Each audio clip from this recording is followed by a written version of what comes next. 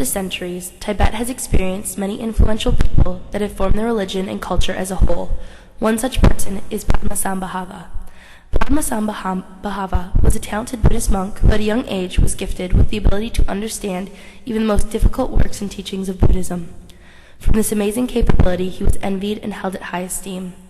Padmasambhava had a great influence on the Nyingma school of Buddhism, Tantra, and especially Tantric Buddhism in Tibet. According to tradition, Padmasambhava was incarnated as an 8-year-old boy. He blossomed out of a lotus flower on the lake Dahanakosha in southwest Udayana, which is located on the present Afghanistan-Pakistan border. He was discovered by King of Udayana's religious minister. The king, who was without a son, was thrilled to adopt Padmasambhava as his own and also as his religious mentor. Not only did he win the heart of the king, but also of the king's daughter, Mandarava, who he later married. The boy was appropriately named Padmasambhava, which in Sanskrit has the literal meaning of lotus born. He is also referred to as Padmakara, which means lotus king in Sanskrit. Padmakara was immediately able to comprehend various texts and teachings without assistance. He understood the 3 baskets of Vijnana, Sutra, and Abhidharma by listening just once. Padmakara did not experience pure acceptance from everyone. Others were jealous of his abilities. Others' envious feelings led them to accuse him of mysteriously murdering an evil minister. He was exiled from the court and chose to live in the cemetery xitt07am. Living in xitt07am, he became known as Radhavaj Kala, meaning the wrathful Vajra display, which he learned the common and uncommon siddhis. He also obtained the power and capability from transcending through heavens and hells to interchange between the cycle of birth and death, which is referred to as the Great Transference. Legend has it that after accomplishing his achievements in the cemetery, he returned to Udayana in disguise to cultivate the people. He was quickly recognized by many and was burned alive in front of the evil ministers and commoners. Once the fire was started, he changed the fire into a lake filled with lotuses.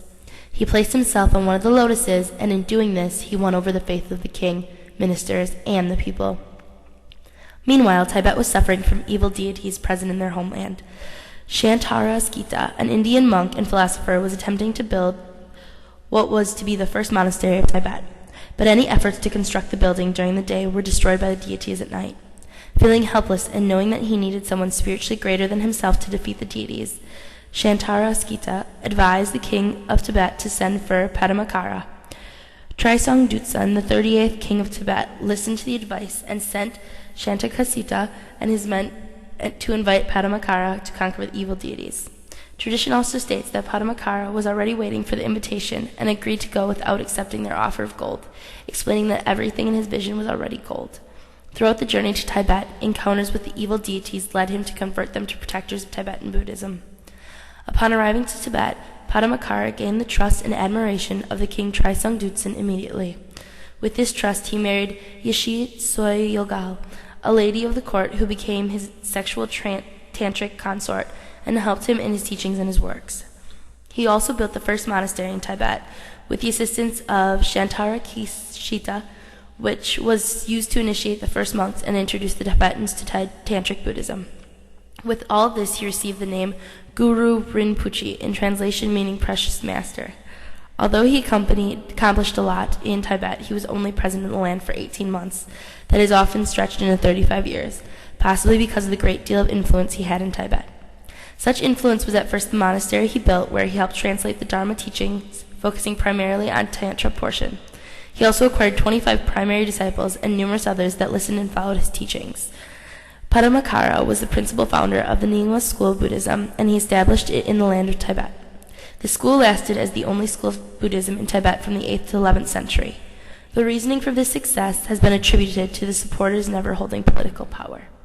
Successful or not, for centuries it was in Tibet, the Nyingma school founded the first translation of Buddhist scriptures from Sanskrit into Tibetan, which is why Nyingma literally means ancient, and is often viewed as the school of the ancient translation, or simply old school. The old school has 9 levels of tantric teachings, 6 of which are common to all schools of Tibetan Buddhism, and the last 3, the inner tantras, are only under the Nyingma tradition. Although the tantric system within the school is pre-Padmasambhava and stems from the Indian Havaraha Tantra, Padmasambhava chose to develop and spread its teachings. The first three are under the Hinayna or lesser vehicles. Sharavakayana is the beginning level and is where the disciples listen to an enlightened one and then focuses one's efforts to realize his or her potential path to becoming awakened. Second is the Pratyeka Buddha. Here is discovering the truth by one's own efforts, without a teacher or other disciples, because he or she does not want to let on what he or she has learned. The third level is under the Mahayana and is called Bodhisattvayana. The Bodhisattva has a teacher and wants the disciples, since she now gains enlightenment for one's own self and for all other living things. The last of the 6 Tantras are under the Vajrayana and composed of the inner and outer Tantras. The first and outer Tantras is Kriya Yogayana. It emphasizes the need for proper behavior, both physical and verbal. Following the stage is Upayogayana, that practices ritual and meditation equally. The final level of the outer Tantras is Yogayana, that simulates visualizing followed by the merging with a meditative deity, Yidam. The inner tantrums, Nyingma Tradition, are Mahayogayana, Anyuyogayana, and Aitya Yogayana. Mahayogayana is the ordinary level of perception and attachment that are eliminated through sacred vision and divine pride. Anayogayana is Vajra body and is used as a way to actualize primordial awareness. Finally, Atayogayana is the full activation of all the stages. If allows, the yoga is to transcend all ordinary time, activity, and experience. The individual becomes the Buddha and combines with sunyata. Inner and outer tantras of Nyingma have techniques that require intense practice in order to obtain dzogchen or realization. There is an extensive repetition of the ritual mantras.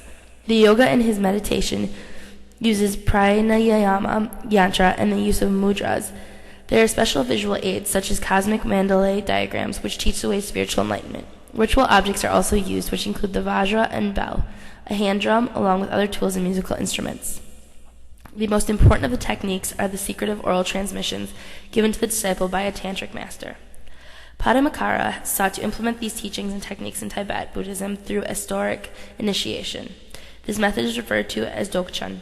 The transmission occurs only from the guru to the student and is not learned or read from a book. The secrecy is highly effective, but if not done correctly, he or she may physically or mentally hurt oneself.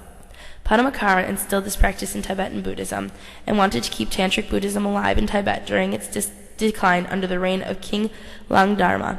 To preserve his work, xitt07am, and he hid numerous religious treasures around Tibet for future bodhisattvas to discover and reveal the meaning of them to other disciples at the appropriate time. The Dharmas were not the only thing to keep Tantric Buddhism continuing. Kamas also had an impact. Kamas are textual lineages that have gone through generation to generation in an unbroken chain from Padmasambhava to present-day teachers. They maintain the integrity and validity of the teaching of Nyingma Tradition. Padmasambhava creating the Tamas and having the Kamas led to Nyingma school of Buddhism and Tantra to remain apart from the generation throughout Tibet Buddhism and other Buddhists around the world. In conclusion, Padmasambhava made great use of his time and efforts in Tibet that would last not only his generation, but the generation to come. He not only founded a school of Buddhism, Nyingma, but also brought Tantric Buddhism to Tibet and established the first monastery. He was able to institute and sustain his presence in Tibetan Buddhism long after he departed from the country by his influence as a person and through the dharmas he hid for the future generation to discover.